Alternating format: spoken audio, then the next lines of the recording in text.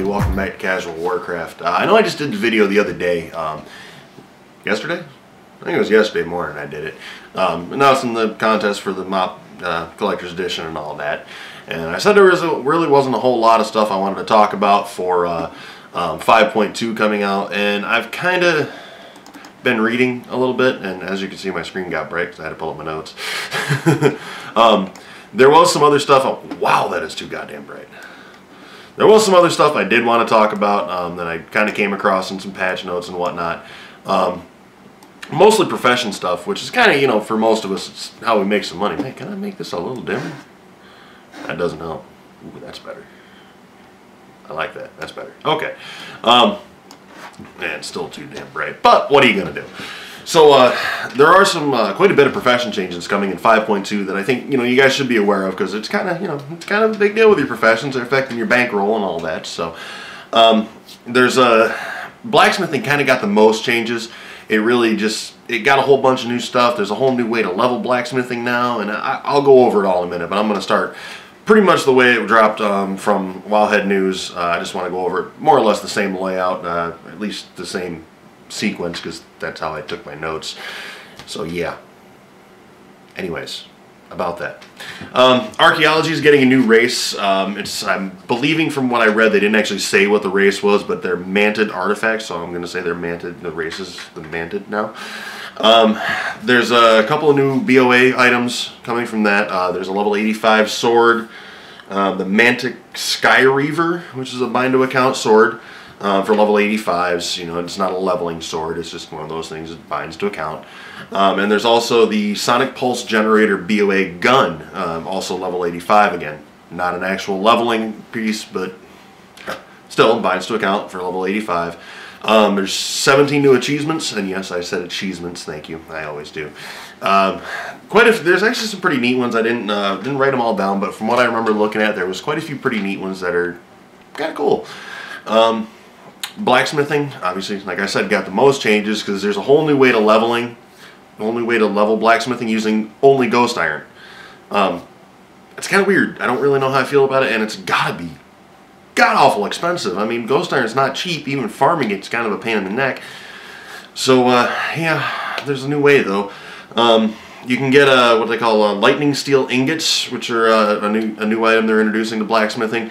It's used to create vanity weapons, which they're not really, I mean, they are usable weapons, but they call them vanity weapons because they look exactly like the old Burning Crusade versions of them. I don't recall the names off my head, but it was something Reborn. It was the same item in BC, and they just added Reborn to it.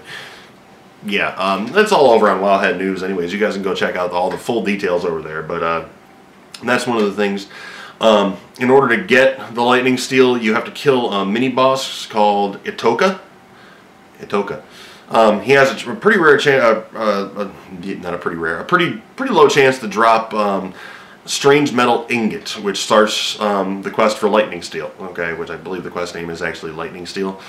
There's no drop rate on it yet. They haven't actually said, hey, it's going to drop at this percentage, but I mean, if you've been in the PTR and you've tried it out, you might see it there. If you have, let me know what the drop rate is, because I kind of like to know. I'm kind of working on this. So, the quest for you start the quest, you get the quest turn-in rewards lightning steel ingot and notes on lightning steel, which gives you 5 item level 463 patterns for weapons. Every time you craft a vanity weapon, you get a chance to learn the next item level up of that weapon or a different weapon. I'm not sure, it wasn't really clear, but I'm pretty sure it's the next item level up weapon. However, making the next item level up weapon, because it's kind of like an upgrade, it's kind of like the upgrade process, I think. It actually consumes the original weapon and requires living steel. It didn't say how many living steel, though.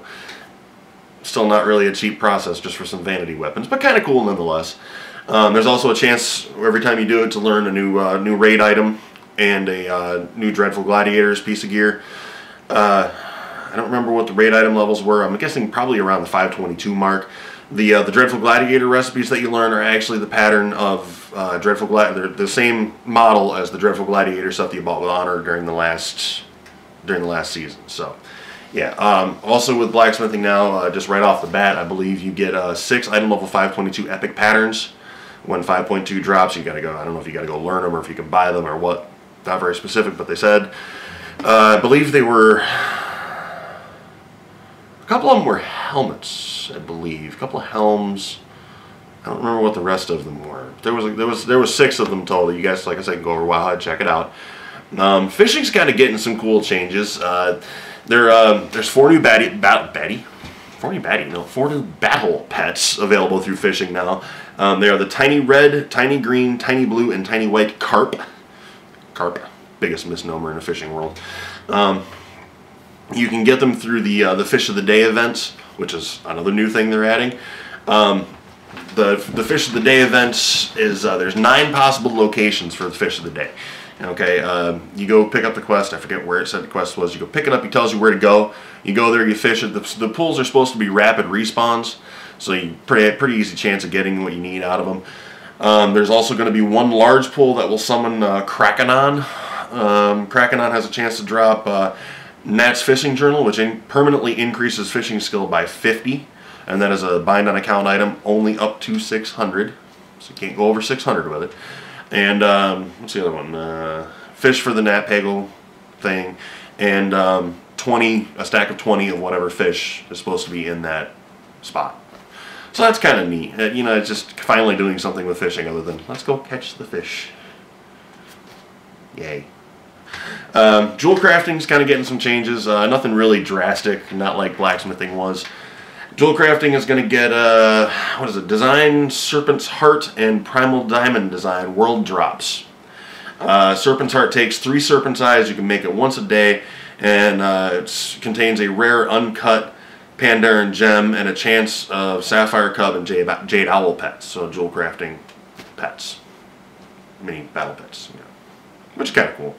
Primal Diamond allows the Jewel Crafter to make Primal Diamonds, formerly made only by alchemists. They were a transmute, now Jewel Crafters can make them themselves. Requires a Spirit of Harmony and 5 of each uncut, uncommon Panda Gem. So it's still not cheap to make, but you can do it. It's kind of like, oh, why can't I remember what it was in Kata? Kind of like the thing you used to make in Kata, though. You crack it open and get the gems out of it. Kind of the same thing. I believe, I think there was something in there about learning new patterns by making them, but I don't quote me on that. I don't remember. Leatherworking is getting a couple of new things. They're getting patterns, Magnificence of Leather, and pattern Magnificence of Scales, which are going to be the new world drops, which will allow leatherworkers to make Magnificent Hide, Raid Epics, and PvP gear. The same thing with the PvP gear. From blacksmithing, it'll be the what is it, the Dreadful Gladiator recipes, which look like the stuff you could buy with Honor last season. Raid Epics, I assume, are going to be 522s. Again, they didn't say an item level. I'm not sure. I haven't been on the PTR.